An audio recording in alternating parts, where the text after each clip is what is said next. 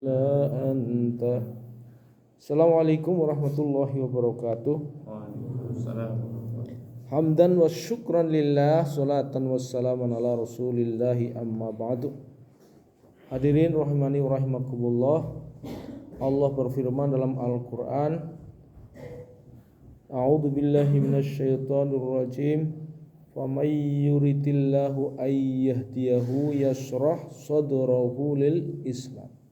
Wa may yurid ayyudillahu yaj'al sadrahu dayyiqan harajan ka'annama yas'adu fis sama. Kadzalika yaj'alullahu rijsa 'alal ladzina la yu'minun. Amma ba'd. Hadirin para santri semuanya rahimani wa rahimakumullah. Allah memperingatkan kita bagi yang Allah kehendaki ya ada hidayah, famay yuridillah ayyahdiyahu yasrah sadrahu lil Islam.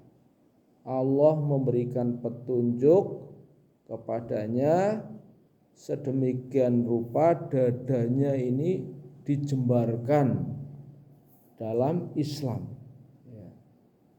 Tapi sebaliknya, famay yurid ayyudillahu yaj'al sadrahu dayyiqan harajan ka'annama yas'adu fis sama.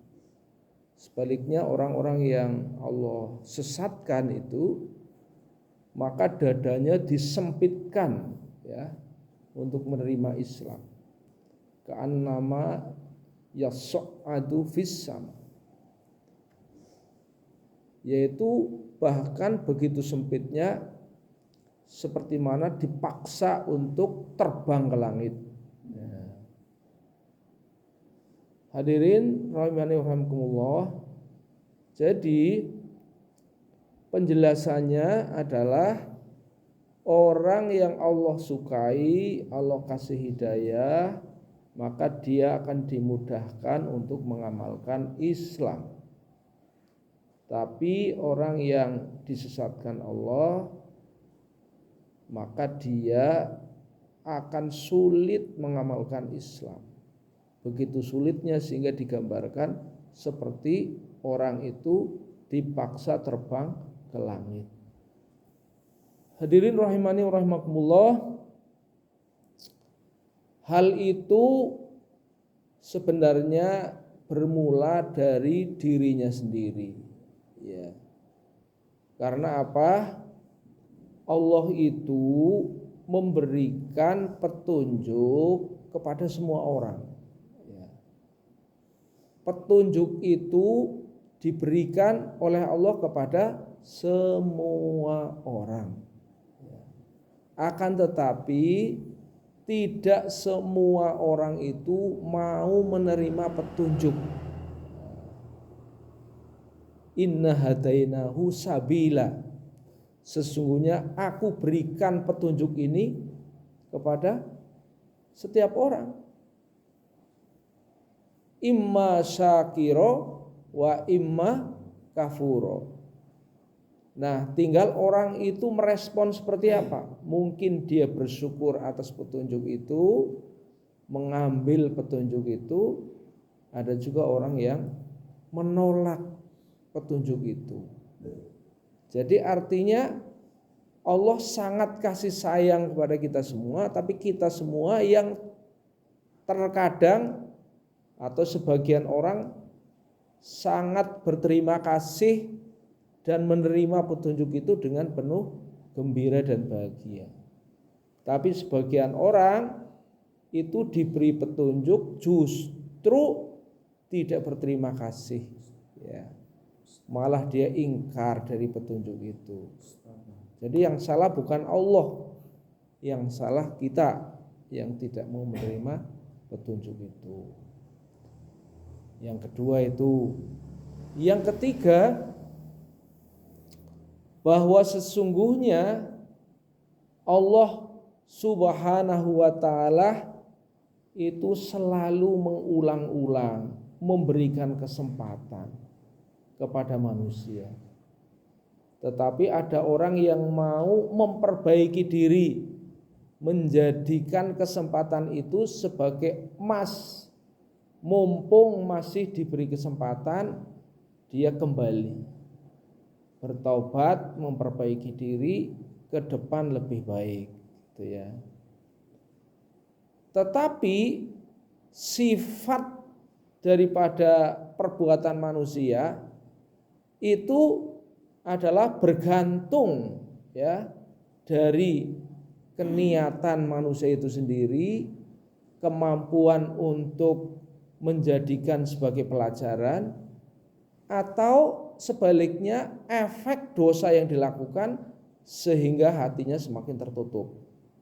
Karena itu perbuatan dosa itu adalah perbuatan yang membuat hati menjadi hitam. Kalau diulang lagi tambah hitam, diulang lagi tambah hitam, sampai akhirnya hati itu menjadi hitam. Jadi apa artinya? Orang yang sering melanggar, orang sering berbuat dosa, lama-lama hatinya keras, hatinya hitam, sehingga berbuat dosa, membuat pelanggaran lagi, tidak merasa dosa, tidak merasa salah. Sehingga dikatakan ya bahwa dosa itu ya itu ibaratnya orang bercermin itu ya. Kalau cermin itu, kalau dia berbuat dosa sekali, ada titik hitam dalam cermin, nanti berbuat dosa lagi, ada titik lagi, titik itu, akhirnya dia tidak bisa ngaca ya. Tidak bisa melihat dirinya sendiri. Kalau orang bercermin, cerminnya itu hitam ya, sudah nggak bisa melihat dirinya sendiri, sudah posisi seperti apa. Itulah sebabnya orang-orang yang nekat selalu melanggar, nekat enteng dalam dosa ya. Enteng dalam dosa itu artinya menganggap perbuatan dosa itu enteng. Inilah orang-orang yang sangat berbahaya posisinya di hadapan Allah. Karena nanti pada akhirnya dia berbuat dosa tapi tidak merasa dosa, karena dosanya sudah merupakan kebiasaan ya. Jadi kalau dosa sudah menjadi kebiasaan, maka tidak lagi merasa dosa. Termasuk menggerogoti akidah, ibadah, muamalah. Orang yang biasa tidak menghiraukan sholat jamaah, tidak menghiraukan suara adzan, ya, maka lama-kelamaan semakin tidak menghiraukan. Sebab apa? Lah biasa iki. Bahkan lebih dari itu, orang yang biasa nonton porno, orang yang biasa cipika-cipiki, bahkan orang yang biasa zina, itu ya, nanti kalau sudah menjadi kebiasaan, dia menikmati, tidak merasa dosa, menyesal dan ingin bertobat, tapi dia menikmati. Hadirin rahimani rahimakumullah, maka dialah orang yang sangat berbahaya. Oleh karena itu, maka sedini mungkin ya, sedini mungkin pelanggaran sedikit apapun ya, itu harus tegakkan disiplin supaya membentuk kepribadian ya. Jadi ini nanti saya minta Sang Lurah, Mas Humam ya, ini yang melanggar disiplin, tidak sholat jamaah walaupun dibuka berkali-kali, mohon ditulis Mas Humam ya, ditulis, dan kalau sudah berkali-kali melanggar mungkin dinaikkan ini ya nadhironya ya, nadhironya. Jadi supaya bertanggung jawab atas ketidakdisiplinannya.